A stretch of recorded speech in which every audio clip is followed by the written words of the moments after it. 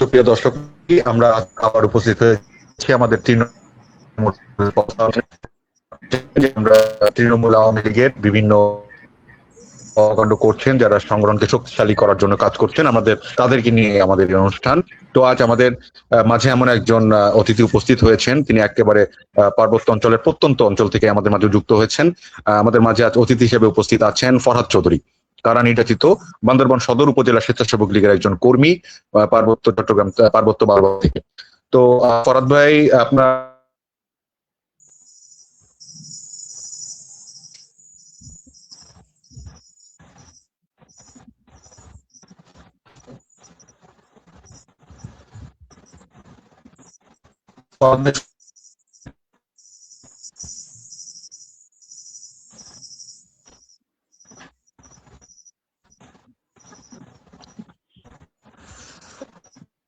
ফরহাদ ভাই। হ্যাঁ ভাই, শুনতে পাচ্ছি। জি জি জি, আপনাদের মানে আলো স্বল্পতা সম্ভবত, আপনার নেটওয়ার্কে একটু, যেহেতু আপনি প্রত্যন্ত অঞ্চল থেকে কথা বলছেন, তো আপনাদের এখন পার্বত্য এই বান্দরবান এলাকায় আপনাদের এখন বর্তমান পরিস্থিতিটা কেমন আছে? আমাদের বান্দরবনের বর্তমান পরিস্থিতি ভাই অনেক সংকটের মধ্যে। আপনার বিদ্যুৎ ঠিক মতো পাই না, এবং ঠিক মতো আপনার মানে কারেন্ট গুলো পাই না। যেমন ধরেন আপনার কারেন্ট ঘন্টার মধ্যে 2 বার আবার 3 বার চলে যায়। আর ওয়ার্ডদেরকে ফোন জি দিলে সে বলে, ভাই আমরা ঠিক করে দিব, একটু ওয়েট করেন, কিছু না হলে কিছু খরচপাতি পাঠিয়ে দেন। তা আসলে আমরা বর্তমানে অনেক পার্বত্য চট্টগ্রামে অনেক খারাপ যাচ্ছে আমাদের দিনকাল। আমরা আসলে অনেক কষ্টে দিন কাটাচ্ছি। জি জি, আপনারা বিগত দিনে মাননীয় প্রধানমন্ত্রী জননেত্রী শেখ হাসিনা যখন আপনাদের ক্ষমতায় ছিলেন, ততদিন আপনারা যে সকল সুবিধাগুলো পেয়েছেন, এখনো কি সেই সুবিধাগুলো পাচ্ছেন? না ভাই, এখনো সুবিধাগুলো আমরা পাচ্ছি না। আমরা সুবিধার দিকে সব দিকে বঞ্চিত আমরা এখন। জি, আমরা জানি যে মাননীয় প্রধানমন্ত্রী থাকা অবস্থায় আপনাদের পার্বত্য অঞ্চলে বিভিন্ন রকম আপনাদের ভাতা দিচ্ছিল, যেমন সারা বাংলাদেশ ব্যাপী যে কার্যক্রমগুলো ছিল, বিধবা ভাতা, বয়স্ক ভাতা, আপনার বিভিন্ন রকম যে ভাতাগুলো ছিল, এই ভাতাগুলো কি আপনারা ঠিক মতো এখন আপনাদের ওই দুর্গম পার্বত্য অঞ্চলের মানুষগুলো কি সঠিকভাবে পাচ্ছে? তখন তো ভাই পাইছিল সবাই, এখন যেগুলো পেয়েছে সেগুলো সব এখন ছিনিয়ে নেওয়া হচ্ছে কিছু কমিশনের জন্য। লুটপাট আপনার করতেছে জি বর্তমান সরকারে। আসলে অসহায় মানুষের দিকে তাকালে আমাদের একটা দুঃখ লাগে যে ওরা বলতেছে, ভাই আমাদের বয়স্ক ভাতাগুলো ছিনিয়ে নিচ্ছে বর্তমান সরকারে, তাহলে কি করবেন এখন? জি জি, একটু একটু আপনি যদি খুলে বলতেন আসলে কিরকম ভাবে ওরা, মানে যে আমাদের যে ডিস্ট্রিবিউশন সিস্টেমটা ছিল, বা আমরা যেভাবে ধরে ধরে মানুষদের যারা আছে বয়স্ক বা বিধবা যারা আছে বা শিক্ষা ভাতায় যারা আছে, গত অঞ্চলে যেভাবে দেয়া হতো, এখন কি কারণটাতে তারা আবার সঠিক মতো পাচ্ছে না, বা এটা কি আসলে আঞ্চলিক কোনো সমস্যা, তার মধ্যে আমরা যেভাবে কি সমস্যার কারণে ভাতাগুলো তারা পাচ্ছে না, আপনাদের কাছে কি ইনফরমেশন আছে?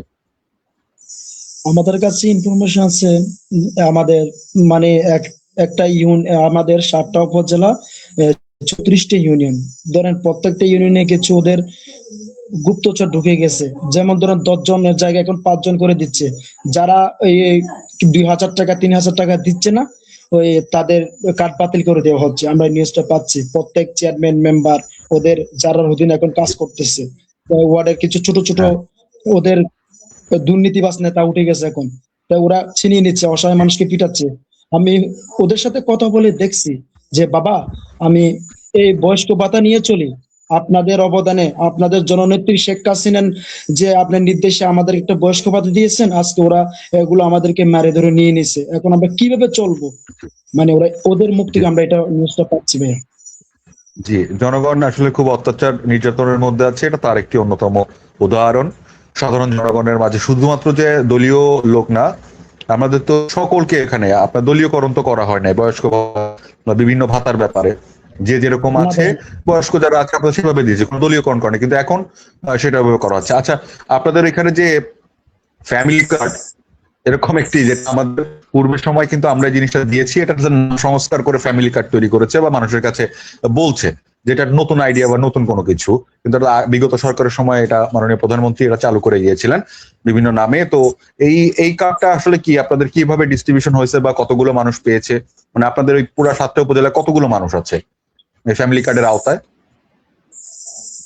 এই ফ্যামিলি কার্ডের আওতায় যখন আমার নেত্রী আমাদেরকে দায়িত্ব দিয়েছিল, আমরা প্রায় প্রতিটি ওয়ার্ডে ধরেন 700 করে আপনার ভোটার আছে, তাহলে 700-র মধ্যে আপনার 500 লোক পেয়েছে।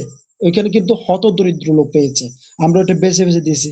এখন পুরো বান্দরবান জেলায় মিলিয়ে দিয়েছে মাত্র 100টি আপনার ওদের স্মার্ট কার্ড। তাহলে ওরা কি দুর্নীতি করে না এখানে? তো অসহায় হুম মানুষ হুম হুম। বলতেছে আর কি, ভাই বাবা, মানে আপনার পাহাড়ি তো মনে করেন একটাই ভালো রেস্টুরেন্ট বুঝে ওরা, বাবা আমরা তো জি চলতে পারি না, আমরা দুমুঠো খাবারের জন্য। তাহলে ওদের জি স্মার্ট কার্ড দেওয়ার কথা বলে ওদেরকে আপনার ছুড়ে ফেলে দিছে। জি। আচ্ছা, আপনাদের পাহাড়ি এই পার্বত্য অঞ্চলের যে শান্তি বিরাজ করছিল, সেই শান্তির পরে আমরা এখন বিভিন্ন মিডিয়া এবং বিভিন্ন মাধ্যমে আমরা সংবাদ যেটা পাই যে এখন উগ্রপন্থীদের একটা অন্যরকম চারণভূমি হয়ে গেছে, বা যারা বিগত 15 বছর 7 মাস মাননীয় প্রধানমন্ত্রীর আমলে যাদেরকে বিতাড়িত করে পাহাড়ে যে শান্তি বিরাজ করছিল, এখন সেই অবস্থাটার কি, মানে কি অবস্থা এখন ওইখানে? এখন বর্তমানে পরিস্থিতি আপনার আমাদের বান্দরবান জেলায় কাঠ ব্যবসা একটা হচ্ছে আমাদের মূল মূল লক্ষ্য, আমাদের মানে মানুষের আপনার জীবিকা নির্বাহর। জীবন জীবিকা, হ্যাঁ। এখন হুম, হ্যাঁ, জীবন বিক্রয় এটা এখন মূলত বন্ধ করে দিয়েছে উগ্রবাদীরা। এখন আপনি পাহাড়ে কাঠ কাটতে যান, শ্রমিকদেরকে বেঁধে ওরা চাঁদা আদায় করে, ওপেনে চাঁদা আদায় করতেছে, হুম, এখানে সেনাবাহিনী কথা বলতে পারতেছে না। তাহলে আপনার ওরা বলতেছে আমাদেরকে চাঁদা দিবি, না হলে তোমরা এখানে কাজ করতে হবে না। তাহলে আমাদের বর্তমানে এখন প্রেক্ষাপট এমন পর্যায়ে চলে গেছে যে আমরা গরিব অসহায় এখন কোনো মানে কাজও করতে পারি। কিন্তু আমার নেত্রীর আমলে আমাদের আমাদের কাঠ ব্যবসায়ীরা ওপেনে ব্যবসা করছে, কোনো চাঁদা দিতে হয় নাই, কোনো কিছু করতে হয় না। এখন বর্তমানে আপনার বান্দরবান জেলায় প্রত্যেক মিল বন্ধ করে দেওয়া হয়েছে আপনার ওদেরকে চাঁদা না দেওয়ার কারণে। জি। বর্তমান প্রেক্ষাপট মানে চলতেছে। নিরাপত্তা, ব্যবসায়ীদের নিরাপত্তা নেই, আমাদের সাধারণ মানুষের কোনো নিরাপত্তা নেই। এই জিনিসগুলা নিরাপত্তা নেই। সাধারণ মানুষগুলা কিভাবে দেখতেছে? তারা তারা কি কোনো আপনাদের সরকারি যে আইন শৃঙ্খলা রক্ষাকারী যে বাহিনীগুলো আছে, যারা নিয়ন্ত্রণ করে বা শান্তি বিরাজের জন্য আমাদের যেটা করেছে, এখন কি ওই আইন শৃঙ্খলা রক্ষাকারী বাহিনীর কোনো পদক্ষেপ কি দেখতেছেন এইসব ব্যাপারে? যখন জনগণ তাদের কাছে অবজেকশন জানায়, তখন কি কোনো কোনো পদক্ষেপ তারা নিচ্ছে না? এখন মনে করেন কে নিবে আপনার, এখন মনে করেন আপনার বর্তমান সরকারে তো ওদের ওদের পক্ষে কাজ করে। এখন আপনি যদি কোন একটা নিউজ দেন, আপনি কালকে আপনাকে কালকে তুলে নিয়ে গেল উগ্রবাদীরা। তা আপনি ওর সরকারও আপনাকে আচ্ছা, এখন দিচ্ছে না। তো আমার নেত্রী আমলে তো আপনার নিউজ আপনি দিচ্ছেন, আপনাকে ওরা প্রোটেকশন দিয়ে যেভাবে রাখছে, উগ্রবাদের বিরুদ্ধে অ্যাকশন নিছে। এখন তো ওই সময়টা নেই মানে এখন। এটা সম্পূর্ণ সরকারের যারা এখানে আছে তাদের মদতপুষ্ট হয়ে এইগুলো করছে আর কি, আপনি সেটা বলতে চাচ্ছেন? তাদের হ্যাঁ, সাথে তাদের একটা কানেকশন আছে এবং তারা মিলেমিশে এটা করছে আর কি। তো সাধারণ জি জি জনগণের নিরাপত্তাহীনতার জন্য যারা আছেন, এই নিরাপত্তা সঠিকভাবে আপনাদের বজায় রাখার জন্য সবচেয়ে বড় কাজ হচ্ছে আপনাদের সকলকে ঐক্যবদ্ধ থাকা। আমাদের সাধারণ যারা আছে তারা ঐক্যবদ্ধ থাকবেন। এবং আমি আপনাকে একটু সাংগঠনিক বিষয়ে কিছু কথা বলি। আপনারা হ্যাঁ। এই দুর্গম এলাকায় থাকার কারণে আমাদের এই সংগঠনের কি অবস্থা? আমাদের আওয়ামী লীগ এবং অঙ্গ সহযোগী সংগঠনের কর্মকাণ্ড কেমন চলছে এখানে? আওয়ামী লীগের কার্যক্রম মোটামুটি ভালো চলতেছে আমাদের পার্বত্য চট্টগ্রামে, কিন্তু প্রশাসনের একটু অবস্থা আপনার মোটামুটি ভালো না। তারা আমাদেরকে বিএনপির মধ্যে জামাতের মধ্যে দিয়ে মব সৃষ্টি করতেছে। এবং সর্বপ্রথম বান্দরবান পার্বত্য জেলা থেকে আহ, আমি ঢাকায় যাই 7 তারিখ, আপনার জুলাই মাসের আপনার 5 আগস্টের পরে আর কি। 7 তারিখ আমি ঢাকায় যাই আমার এক KM সাইফুল ভাইয়ের নেতৃত্বে। এখানে সর্বপ্রথম একটা আমরা আওয়ামী লীগের মিছিল করি। এখানে আমরা পুলিশের ধাক্কায় আমার জি পাও ব্যথা পাইছি।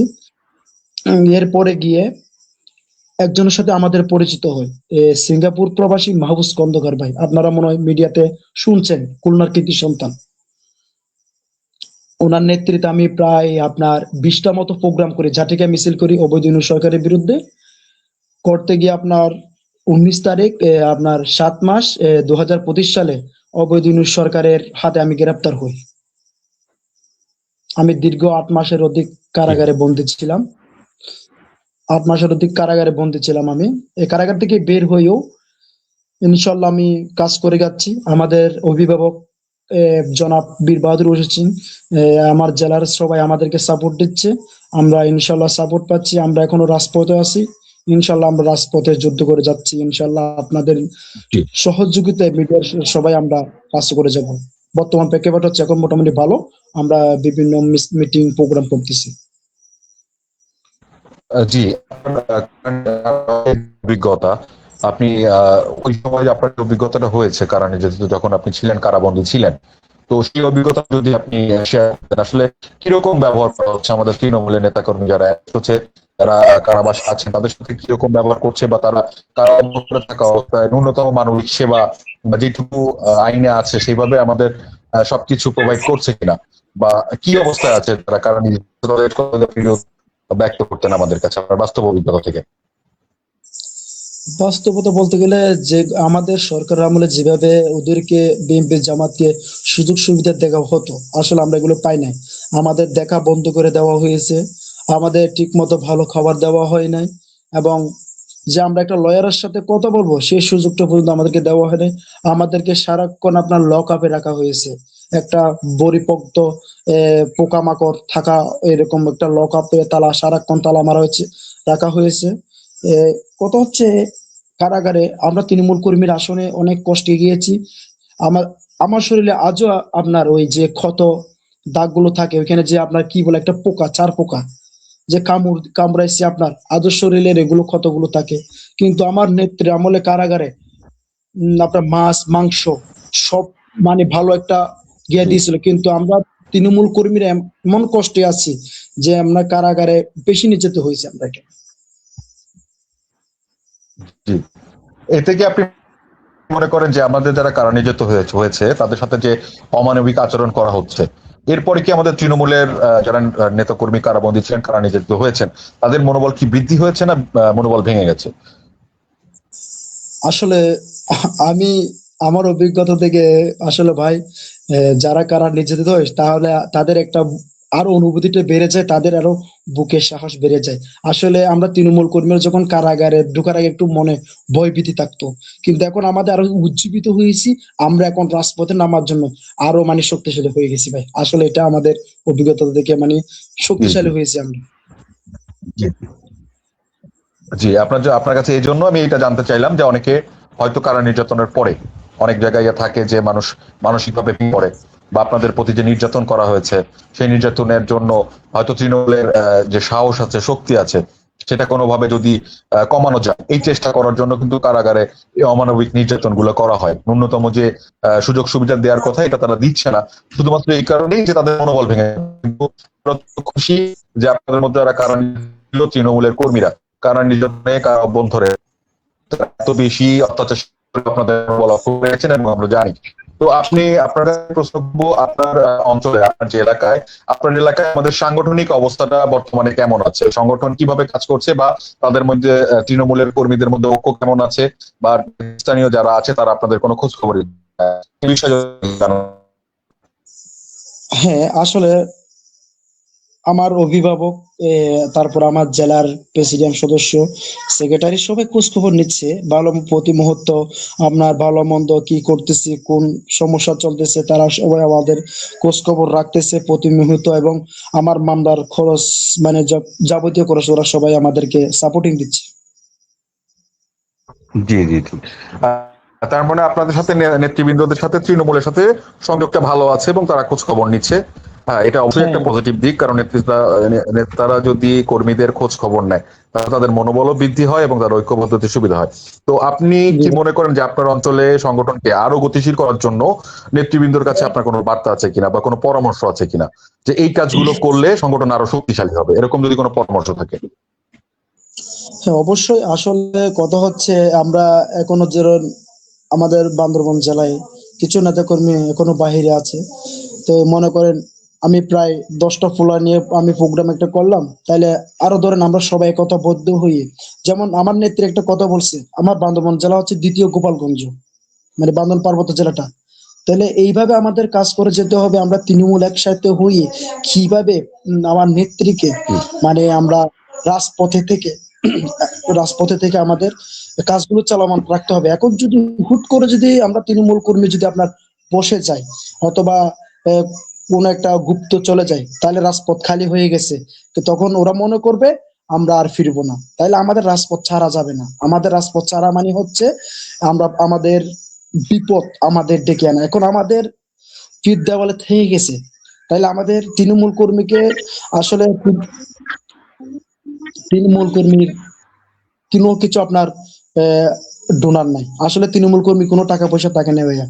কিন্তু মনে করেন তৃণমূল কর্মী, জি আমি সবাই ৬৪ জেলার মধ্যে সব অভিভাবকদেরকে একটা আমার বার্তা দিতে চাই। যারা তৃণমূল জি কর্মী আছে, যারা রাজপথে নামার উৎসাহ অথবা আগ্রহ আছে, যেন ওদের পাশে দাঁড়ায়, ওদের পাশে কিছু অর্থায়ন সহযোগিতা করে। তাহলে মনে করবেন ইনশাল্লাহ আগামীতে আমরা রাজপথ দখল করব। এটা আমাদের অবশ্যই বুকের সাহস এটা আছে আমাদের তৃণমূল কর্মীর। আমার থেকে এই বার্তা। তৃণমূল কর্মীরা, আপনাদের নেতারা আপনাদের অবশ্যই পাশে থাকবে আমরা আশা করি, এবং তৃণমূলকে শক্তিশালী থাকতে হবে। আপনি সমসাময়িক কিছু বিষয় নিয়ে আপনার কাছে এই করি, তৃণমূলের এই ব্যাপারে কি প্রতিক্রিয়া? এই যে আমাদের 22 জন তুরাগ থানা আওয়ামী লীগ ও ছাত্রলীগের একটি মিছিল হয়, এটি প্রতিহত করে বিএনপি সন্ত্রাসীরা আমাদের যে 7 জন নিখোঁজ আছেন তার মধ্যে 3 জনের মৃতদেহ পাওয়া গেছে, 4 জন এখনো নিখোঁজ আছেন। এই ব্যাপারে তৃণমূলের মানুষের মধ্যে আসলে কি প্রতিক্রিয়া বিরাজ করছে? আমাদের যারা কর্মী আছে তারা কি ভীত সন্ত্রস্ত, নাকি তারা সাহসিকতা আরো বৃদ্ধি পেয়েছে? এ বিষয়ে তৃণমূল থেকে আপনার কাছে কি বার্তা আছে? আসলে এটা দুঃখজনক। ওই দিনের নিউজটা শুনে আমিও হতভম্ব। আসলে ওটা আমাদের ভাই, আমাদের আমাদের একজন মায়ের সন্তান। আসলে ওরা যে কাজটা করেছে এটা নির্লজ্জার মতো। যারা পাকিস্তান হানাদার বাহিনী 71 সালে আপনার এইভাবে আমাদের মা বোনদেরকে মেরে মেরে আপনার নদীর তীরে ফেলে ভাসিয়ে দিত, আজকে বিএনপি জামাতের এই কাজগুলো করেছে। আসলে এটা লজ্জাজনক বাংলাদেশের জন্য, যে আসলে ওরা মনে করেছে আমাদের এই ভাইদেরকে মেরে আমাদেরকে থামিয়ে দেবে। তৃণমূল কর্মী ভয় পায় না। আপনার জয় বাংলা লিখতে গিয়ে আমার রিফাত, তারপরে সিহাব, ওরা ওদেরকেও মেরে ফেলেছে জয় বাংলা লিখতে গিয়ে। তাহলে আমরা বৃদ্ধি হয়েছে, আমাদের শক্তি আরো উগ্রগতি হয়েছে। আমরা মুজিবের একজন আদর্শের সৈনিক, আমরা ভয় করি না ভাই। কথা হচ্ছে ওনারা যেভাবে চালাচ্ছে জামাত বিএনপির আপনার, যে আমাদের ভাইদেরকে হুট করে মিছিল থেকে নিয়ে গিয়ে মেরে ফেলে দিল, তাইলে কথা হচ্ছে ওরা মনে করছে ওদেরকে মেরে ফেলা মানে আমাদের মনোবলটা ভেঙে ফেলা। আসলে আমরা মনোবল ভাঙি নাই, আমরা আরো শক্তিশালী হয়েছি। আমরা আরো সামনে সক্রিয়ভাবে রাজপথ দখল করবো, এটা আমাদের প্রতিজ্ঞা। জি জি তো আপনাদের তৃণমূলের আর অন্য কোনো সময় ঐক্যবদ্ধ হতে, বা আপনাদের এই যে আপনারা যে কাজগুলো করছেন তৃণমূলে একসাথে নেমে আন্দোলন সংগ্রামে রাজপথে আছেন, এই জন্য আপনারা এমন কি আছে যেটা আপনার মনে হয় যে এই কাজগুলো করলে ভবিষ্যতে তৃণমূলের শক্তি আরো বৃদ্ধি পাবে, আরো ঐক্যবদ্ধ হবে? আপনি একটা কথা বলেছেন যে আপনাদের নেতৃত্বস্থানীয় জায়গা থেকে যদি আপনাদের সাহায্য সহযোগিতা করা হয়, কিন্তু আপনাদের তৃণমূলকে শক্তিশালী করার জন্য এর বাইরে আপনার কি কি পন্থা অবলম্বন করতে পারি, যে কাজগুলো করলে ভবিষ্যতে তৃণমূল আরো শক্তিশালী এবং ঐক্যবদ্ধ হবে? আপনার অঞ্চল ভিত্তিক থেকে আপনি বলেন যে আপনার অঞ্চলে এই এই কাজগুলো যদি করা হয় তাহলে আরো শক্তি বৃদ্ধি পাবে, তৃণমূল ঐক্যবদ্ধ হবে এবং আগামীতে আন্দোলন সংগ্রামে রাজপথে নামতে পারবে। আপনার অঞ্চল ভিত্তিক আপনি বলেন যে কি কাজগুলো করা যেতে পারে। বলতে গেলে এখন তো মনে করেন আমাদের পরিস্থিতিটা একটা বিপজ্জনক, যেন দোকানে বের হওয়া যায় না, বাজারে বের হওয়া যায় না। কিন্তু আমাদের একটা সংযোগ এমন ভাবে রাখতে হবে সবার সাথে মিলে, তৃণমূল কর্মীদের সাথে বসে, যে আমরা কোন জায়গায় কোন পরিস্থিতিতে আমরা ট্যাক্স দেব, মানে যে আমরা দখল করব কোনটা। তা আমরা তৃণমূল কর্মী জি যদি মনে করে 10 জন, আমরা 10 জন তৃণমূল কর্মী যদি জি একসাথে হইয়ে একটা মিছিল করি, তাহলে ওরা ভয় পেয়ে যায়। যেমন ধরেন এই আপনার 23-এ একটা প্রোগ্রাম নিয়ে ঘটনা, কিন্তু আমার বান্দরবান জেলায় আমাকে পুরো ঘিরে ফেলছে সেনাবাহিনী। জি কিন্তু আমি আমার বুকের সাহস নিয়ে আমি প্রতিষ্ঠাতা বার্ষিকী আমি পালন করেছি। তাহলে আমাদের তৃণমূলকে শক্তিশালী হতে হবে কেন, সবাইকে একসাথে কাজ করতে হবে। যেমন এখন আমরা ঐক্যবদ্ধ নাই ভাই, তার জন্য আজকে আমরা কেউ বিএনপি জামাতের মবের শিকার হচ্ছি, ওই আপনার যেমন অন্য কারো কাছে পিটানি খাচ্ছি, কারাগারে প্রেরণ করতেছে আমাকে। কিন্তু কত হচ্ছে জি। আমরা মিছিলে গেছি, একটা মিছিলে গেছি, চোখ রাখতে হবে আমার ভাইদের উপর কোনো জামাত বিএনপি মব সৃষ্টি করতেছে কিনা, আমাদের দূর থেকে দেখতে হবে।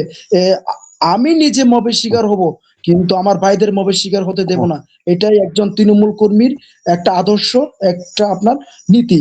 তো আমি যদি এখন তো মনে করেন কথা হচ্ছে অন্যজন যেমন আমার একটা মার মতো বয়সী একটা এক কুলাঙ্গার মাকে হুম, ধরে নিয়ে আপনার গিয়া করছে, তাইলে এটা গাড়িতে একটা উঠিয়ে দিয়েছিল, দুঃখজনক। হ্যাঁ। হ্যাঁ, তো ওটা নিউজটা কিন্তু আসলে দুঃখজনক। একটা মায়ের বয়সী সে লাশ, সে ক্ষমা চাচ্ছে, ক্ষমা চাইলে তো হবে না ভাই। তো ওইখানে যদি আমার একজন তৃণমূল কর্মী কিছু যোদ্ধারা থাকতো, তাহলে মার জীবন মাকে ওদের মবের গিয়া থেকে বের করে আনা চাইতো। কিন্তু কথা হচ্ছে আমরা তৃণমূল কর্মী প্রোগ্রামের পরে ছিন্ন ভিন্ন হয়ে যায়। আসলে ছিন্ন ভিন্ন হতে হবে না, আমরা লাঠি হাতে নেব। আমরা যখন মিছিলে নামবো তখন লাঠি হাতে নিব, আমরা শক্ত হাতে লাঠি নিয়ে দমন করব।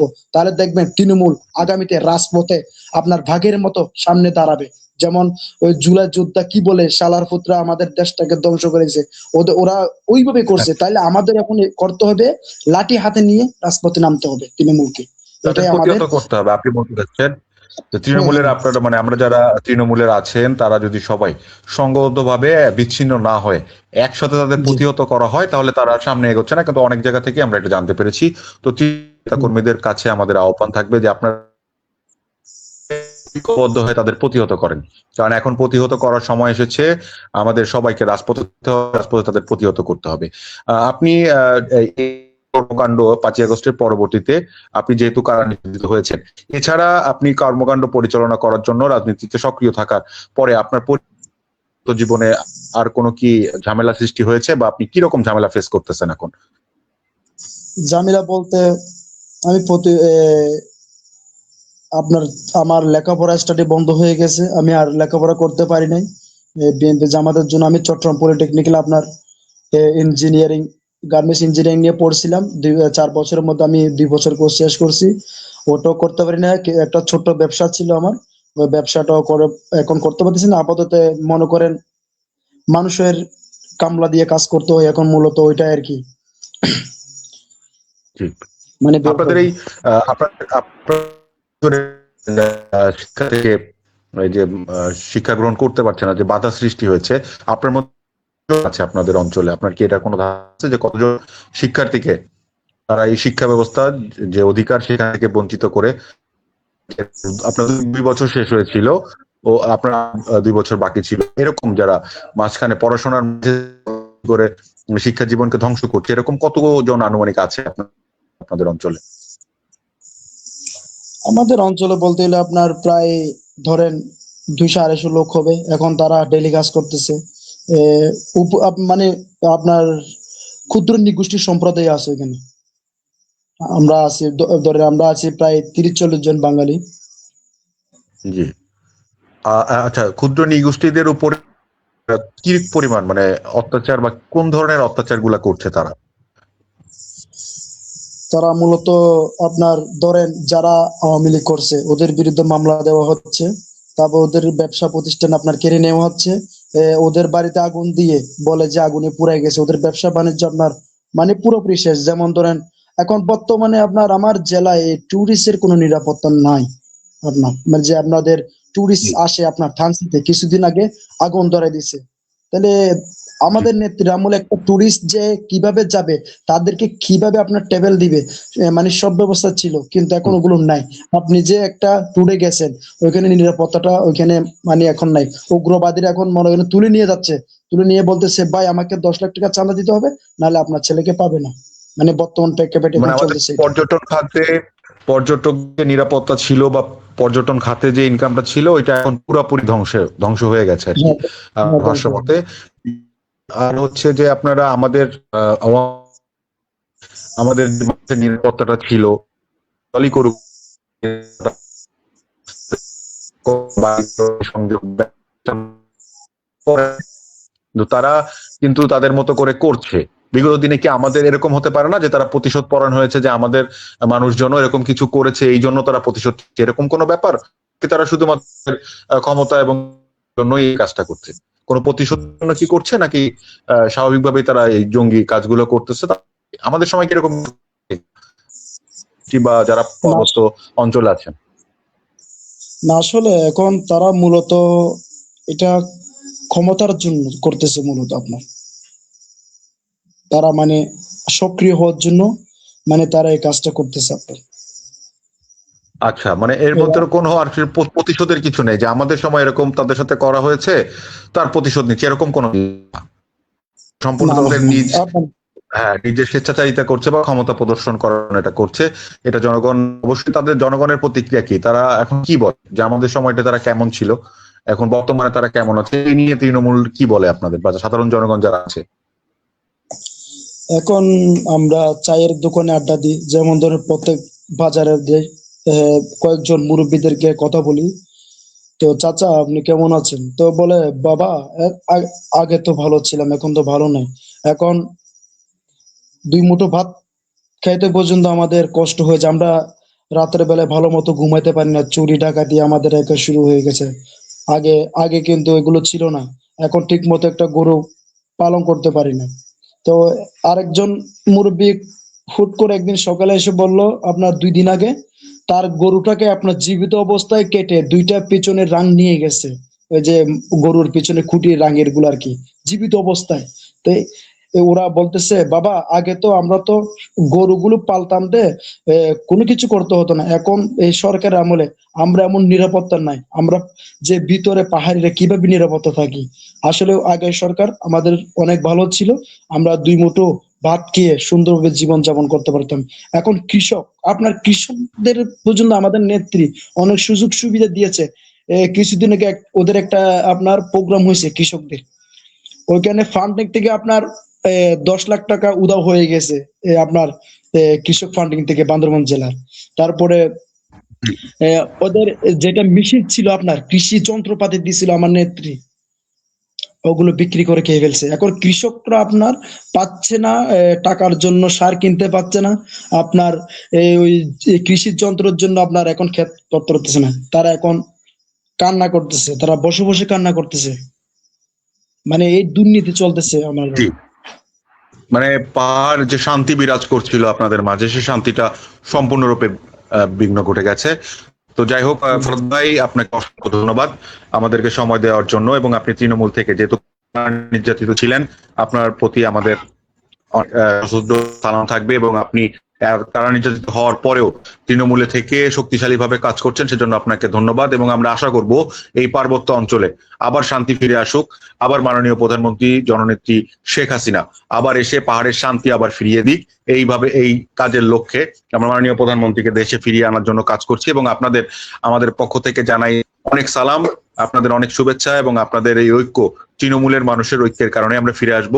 আপনাদের সকলের প্রতি শুভেচ্ছা এবং আপনাদের প্রতি আমাদের আন্তরিক অভিনন্দন জানিয়ে আমি আজকের মতো আমাদের তৃণমূলের কথা শেষ করছি। সুস্থ থাকবেন, সাবধানে থাকবেন। বাংলা, জয় বঙ্গবন্ধু, জয় তু জননেত্রী শেখ হাসিনা। ইনশাল্লাহ, অবশ্যই আপনারা ভালো থাকবেন, আমাদের কথা বলেন। জয় বাংলা, আসসালামু আলাইকুম।